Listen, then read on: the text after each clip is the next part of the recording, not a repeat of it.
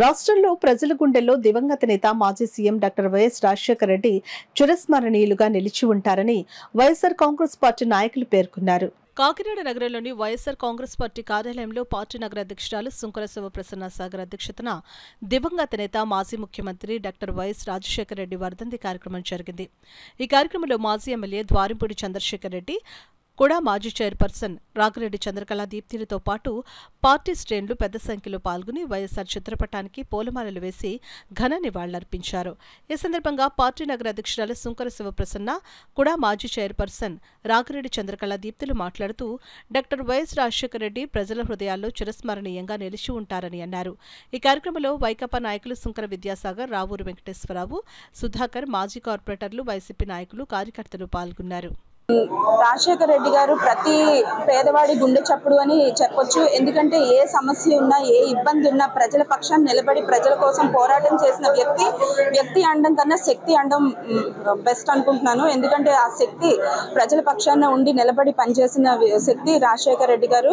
మనం చూసుకున్నట్లయితే ప్రతి పేదవాడికి కూడా వైద్యం అందాలి అన్న ముఖ్య ఉద్దేశంతో ఆరోగ్యశ్రీని ప్రవేశపెట్టడం జరిగింది. అదేవిధంగా ప్రతి పేదవాడికి కూడా విద్య అందాలి అని చెప్పి ఫీజు రియంబర్స్మెంట్ పథకాన్ని తీసుకురావడం జరిగింది.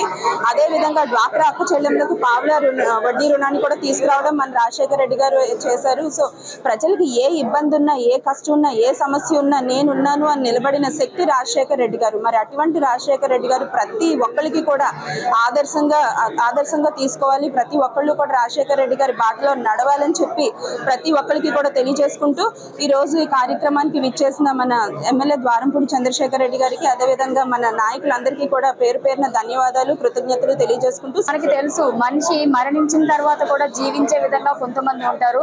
అందులో ముఖ్యులు మన వైఎస్ రాజశేఖర రెడ్డి గారు. ఎందుకంటే ఆయన మరణించిన తర్వాత కూడా ఎంతో మంది విద్యార్థులు విద్యను అందించడంలోనూ, ఎంతో మంది కుటుంబాల్లో ఆరోగ్యశ్రీ ద్వారా వాళ్ళ కుటుంబాల భవిష్యత్తులు కాపాడిన వ్యక్తి వైఎస్ రాజశేఖర రెడ్డి గారు. అలాంటి వ్యక్తి జీవించిన తర్వాత కూడా మరణించి అందరి గుండెల్లోనే ఉన్నాడు అంటే అంత గొప్ప వ్యక్తికి ఈరోజు మన వైఎస్ జగన్మోహన్ రెడ్డి గారు కూడా తండ్రికి తగ్గ తనయుడిగా ప్రతి ఒక్కరికి విద్యను అందించాలి, ప్రతి ఒక్కరికి కూడా వైద్యాన్ని అందించాలని చెప్పేసి అదే బాటలో నడుస్తూ విద్య, వైద్యం ఉచితంగా అందించినప్పుడు మాత్రమే ఆ దేశం కానీ ఆ రాష్ట్రం కానీ బాగుపడుతుందని చెప్పేసి నమ్మిన వ్యక్తి మన వైఎస్ జగన్మోహన్ రెడ్డి గారు.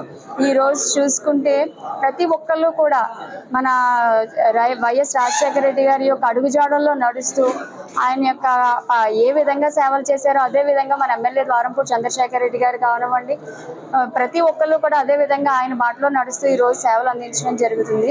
కానీ ఈ రోజు చూసుకుంటే ఏదైతే ఉచితంగా ఇవ్వాలో విద్యా, వైద్యం, అలాంటి విద్యా వైద్యానికి తూటులు పరిస్తే పరిస్థితి ఈ రోజు ఈ ప్రభుత్వంలో కనబడుతుంది. కాబట్టి అలాంటి పరిస్థితి రాకుండా ప్రతి ఒక్కరికి కూడా మంచి చేసే విధంగా ఇప్పుడున్న ప్రభుత్వం నడుచుకోవాలని చెప్పేసి తెలియజేసుకుంటూ